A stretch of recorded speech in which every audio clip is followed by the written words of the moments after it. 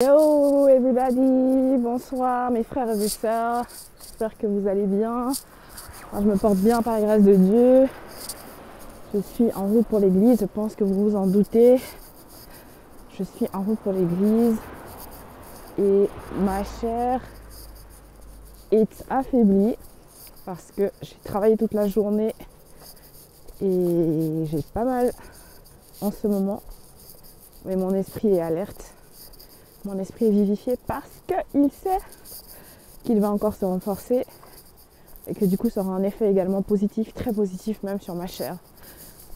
Donc je voulais rester chez moi en fait ce soir et ne pas prendre part à la veillée, mais le Saint-Esprit est tellement bon, il fait tellement bien les choses, il sait comment convaincre, c'est lui qui dispose favorablement toujours aux circonstances et voilà, me revoilà pour la veillée. Donc même si je vais prendre part à une seule partie de la veillée, mais je suis tellement dans la joie parce que voilà, je serai dans la présence de Dieu, en présence de mes frères et sœurs. Mais ouais, vous savez, passer du temps dans la présence de Dieu, franchement, il n'y a pas mieux, hein. Il n'y a vraiment pas mieux. La Bible même dit, un jour dans ses parvis vaut mieux que 1000 ailleurs. Donc je ne sais pas où est-ce que je pourrais être en ce moment et être autant dans la joie que je suis aujourd'hui. Même si effectivement je ne respire pas l'enthousiasme dans cette vidéo, mon cœur est dans la joie. Mon cœur est vraiment dans la joie. Vraiment dans la joie en fait de tout ce qui va se passer. Tout le temps que vous investissez dans la présence de Dieu, c'est un temps qui n'est jamais en vain. C'est un temps qui va toujours finir par produire de bons fruits. Et vous savez, les fruits de la prière, c'est la communication dans le monde invisible. Hein. C'est la communication dans le monde invisible, mais qui finit par produire des résultats dans le monde visible. Donc ne nous fatiguons jamais de prier. Parce qu'en tout cas, le diable, là, le petit bonhomme méchant, comme j'aime appeler le petit bonhomme rouge méchant, là, lui, il se fatigue jamais de nous combattre. La Bible nous dit qu'il rôde tel un lion cherchant qui le dévorera. Mais le fait de prier sans cesse, ça te protège aussi de toutes les attaques de l'ennemi.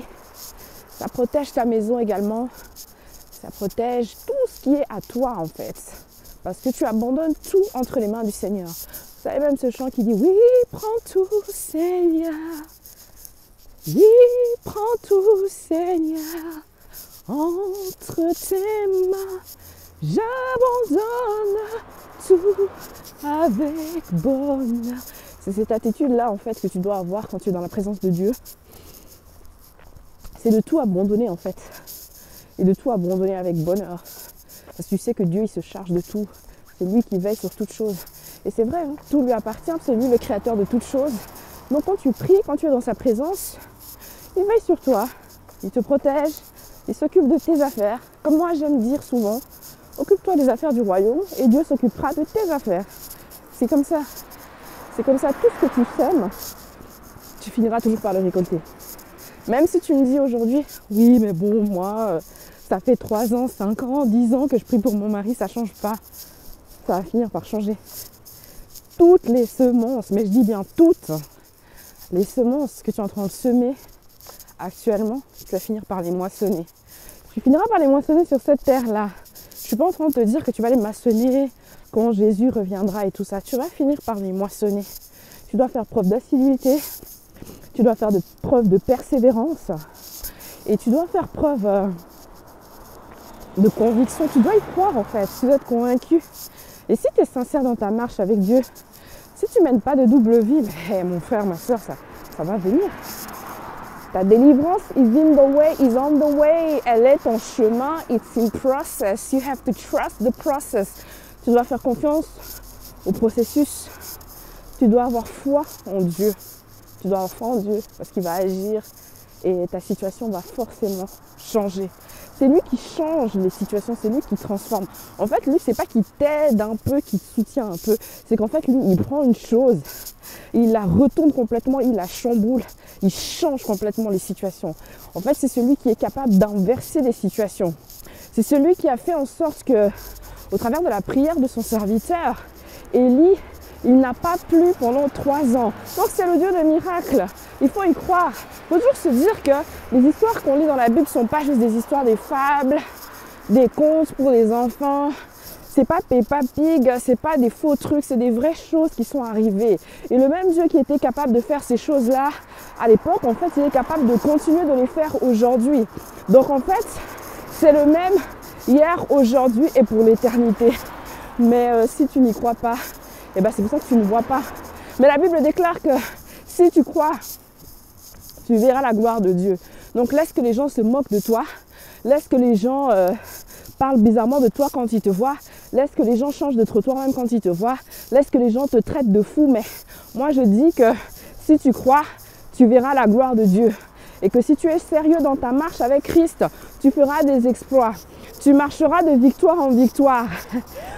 Tu feras des choses grandes parce que tu as confié ta vie entre les mains du ressuscité. Tu as confié ta vie entre les mains du restaurateur des brèches. Celui qui est capable de toutes choses. Celui qui est capable d'amener les choses à l'existence qui n'existaient pas. Moi, je te dis, mon frère, ma soeur, j'avais même pas l'intention de faire une vidéo où je partais là-dedans, mais c'est pas, le Saint-Esprit, il est juste merveilleux. Il me conduit dans une exhortation que je n'avais même pas planifiée, en fait.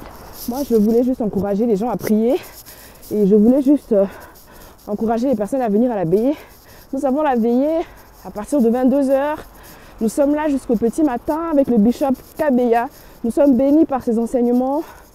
Il faut venir. You have to come. Come as you are. Viens tel que tu es.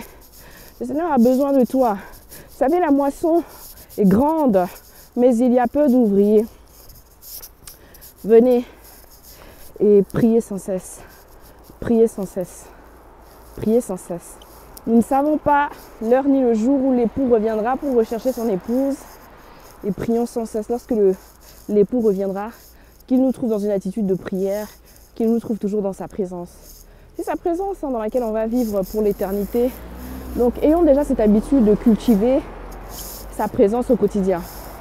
Voilà, je vous laisse, que Dieu vous bénisse. God bless you all. I love you so much. Peace.